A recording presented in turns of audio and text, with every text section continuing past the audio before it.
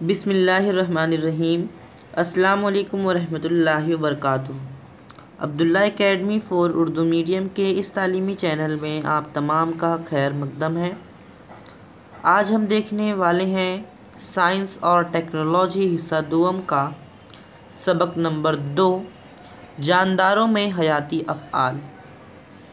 हम इसमें MCQ type question solve करेंगे, जो कि आप लोगों को पता ही होगा कि हम CET इम्तिहान की तैयारी कर रहे हैं।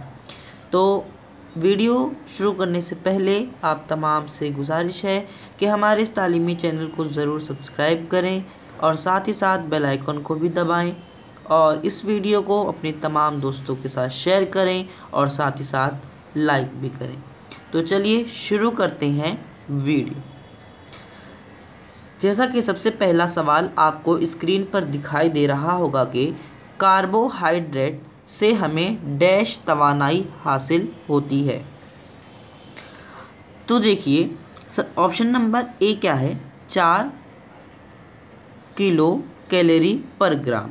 ठीक है, यहाँ पर ऑप्शन नंबर बी क्या है, 6 कैलोरी पर ग्राम। और ऑप्शन नंबर सी क्या है,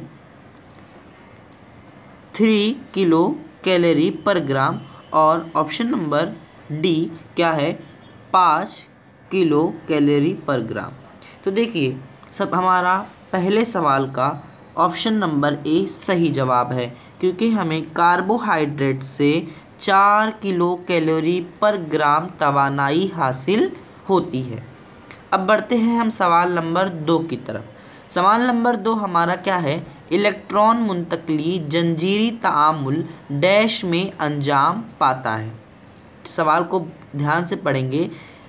इलेक्ट्रॉन मुंतकली जंजीरी तामुल डैश में अंजाम पाता है, तो किस में पाया जाता है, आप लोगों को पता होगा कि वो किस में पाया जाता है, वो तवानिया में पाया जाता है। यानी सवाल नंबर 2 का ऑप्शन नंबर सी हमारा दुरुस्त जवाब है। अब हम बढ़ते हैं सवाल नंबर 3 की तरफ। सवाल नंबर 3 हमारा क्या है, जिस्म में डैश तैयार होने की वजह से हमें थकान महसूस हम थका हुआ या थकन महसूस करते हैं। यानी हमारे जिस्म में ऐसा क्या चीज़ या क्या मादा या कोई भी चीज़, ऐसी क्या चीज़ तैयार हो रही है कि जिसके वजह से हमें थकावट महसूस होती है।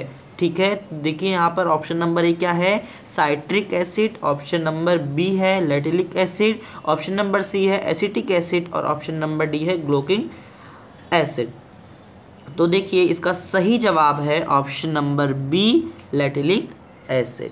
ठीक है, अब हम बढ़ते हैं अपने सवाल नंबर 4 की तरफ।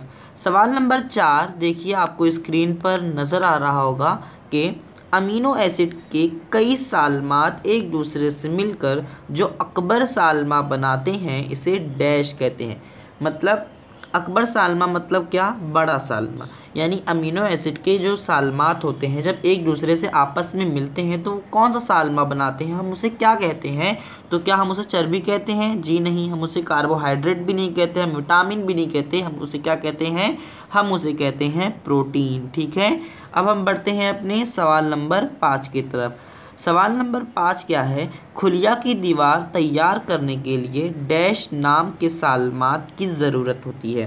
तो इसका सही जवाब क्या है, इसका सही जवाब है ऑप्शन नंबर बी फास्फोलिपिड। ठीक है, ये इसका सही जवाब है। अब हम बढ़ते हैं अपने आगे के सवाल में।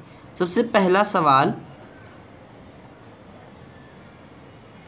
आपको स्क्रीन पर नज़र आ रहा होगा, शक्कर पाशीदगी का अमल डैश में अंजाम पाया जाता है। ठीक है, किस में अंजाम पाया जाता है, तो शक्कर पाशीदगी का अमल खुलिया माया में अंजाम पाता है। यानी इसका ऑप्शन नंबर ए खुलिया माया सही जवाब है। अब हम बढ़ते हैं अपने सवाल नंबर 2 की तरफ। सवाल नंबर 2 क्या है, ग्लूकोज के 1 साल में की मुकम्मल तकसीर से ATP के डैश सालमात तैयार होते हैं। तो देखिए यहाँ पर आपके सामने ऑप्शन है, option number A 14, option number B 28, option number C 29 और ऑप्शन नंबर डी 38। तो इसका सही जवाब क्या है, ऑप्शन नंबर डी 38। ठीक है, अब हम बढ़ते हैं सवाल नंबर 3 की तरफ। शकर पाशीदगी के आखिरी मरहले में डैश के सालमात हासिल होते हैं। तो देखिए ऑप्शन नंबर ए क्या है, malate, option number B fumarate, option number C lactate और ऑप्शन नंबर डी पायोरेट। ठीक है, तो इसका ऑप्शन नंबर डी सवाल नंबर 3 का ऑप्शन नंबर डी पायोरेट सही जवाब है। अब हम बढ़ते हैं सवाल नंबर 4 की तरफ। सवाल नंबर 4 आपके सामने है। एटीपी को खुलिया की या का डैश कहा जाता है। ठीक है, खुलिया की या का डैश कहा जाता है एटीपी को। हाँ, तो हम क्या कहते हैं उसे, हम क्या कहते हैं, तवानाई की करेंसी। ठीक है, इसे हम क्या कहते हैं, एटीपी के खुलिये को हम क्या, एटीपी को खुलिये की हम तवानाई की करेंसी कहते हैं। सवाल नंबर 5 है। एनएडी और एफएडी ऐसे डैश हैं जो खुलवी तनफ्फुस में मदद करते हैं।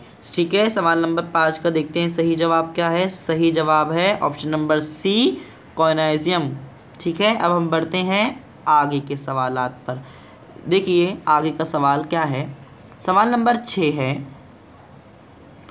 मसावी तकसीम के डैश के मरहले में तमाम क्रोमोसोम्स खुलिये के दरमियानी खत पर मतवाजी हालत में तरतीब पाते हैं। अब देखिए ऑप्शन नंबर ए क्या है, इब्तिदाई हालत, ऑप्शन नंबर बी क्या है, दरमियानी हालत, ऑप्शन नंबर सी क्या है, मबाआद हालत और ऑप्शन नंबर डी क्या है, आखिरी हालत। तो देखिए सवाल नंबर 6 का सही जवाब है ऑप्शन नंबर बी दरमियानी हालत। अब हम बढ़ते हैं सवाल नंबर 7 की तरफ। सवाल नंबर 7 क्या है। खुलिये की खुलवी झिल्ली की तैयारी के लिए डैश के सालमात की ज़रूरत होती है। यानी देखिए, यानी खुलिये की जो खुलवी झिल्ली होती है उसकी तैयारी के लिए हमें कौन से किसके सालमात की ज़रूरत होती है। ऑप्शन नंबर ए क्या है, रोगनी तेज़ाब, option number B phospholipid, option number C protein और ऑप्शन नंबर डी कार्बोहाइड्रेट। तो इसका सही जवाब है ऑप्शन नंबर बी फास्फोलिपिड। अब हम बढ़ते हैं अपने सवाल नंबर 8 की तरफ। सवाल नंबर 8 हमारा क्या है। वर्जिश के दौरान हमारे उज़लात डैश तनफ्फुस अंजाम देते हैं। यानी हम जब वर्जिश करते हैं, कसरत करते हैं, तो हमारे जो उज़लात हैं वो कौन से किस्म का तनफ्फुस अंजाम देते हैं। सवाल नंबर 9 का सही जवाब क्या होगा। तो पहले हम ऑप्शन देख लेते हैं। ऑप्शन नंबर ए है ऑक्सीजनी, ऑप्शन नंबर बी है गैर ऑक्सीजनी, ऑप्शन नंबर सी है खुलवी और ऑप्शन नंबर डी है मंदरजा बाला तमाम। यानी तीनों ऑप्शन हो सकते हैं। तो इसका सही जवाब क्या होगा। इसका सही जवाब है सवाल नंबर 8 का बी। कौन सा है, गैर ऑक्सीजनी। ठीक है, अब हम बढ़ते हैं अपने सवाल नंबर 9 की तरफ। सवाल नंबर 9 क्या है। कार्बोहाइड्रेट के इजाफी मिकदार को जिगर और उज़लात में डैश की शक्ल में ज़ख़ीरा करके रखा जाता है।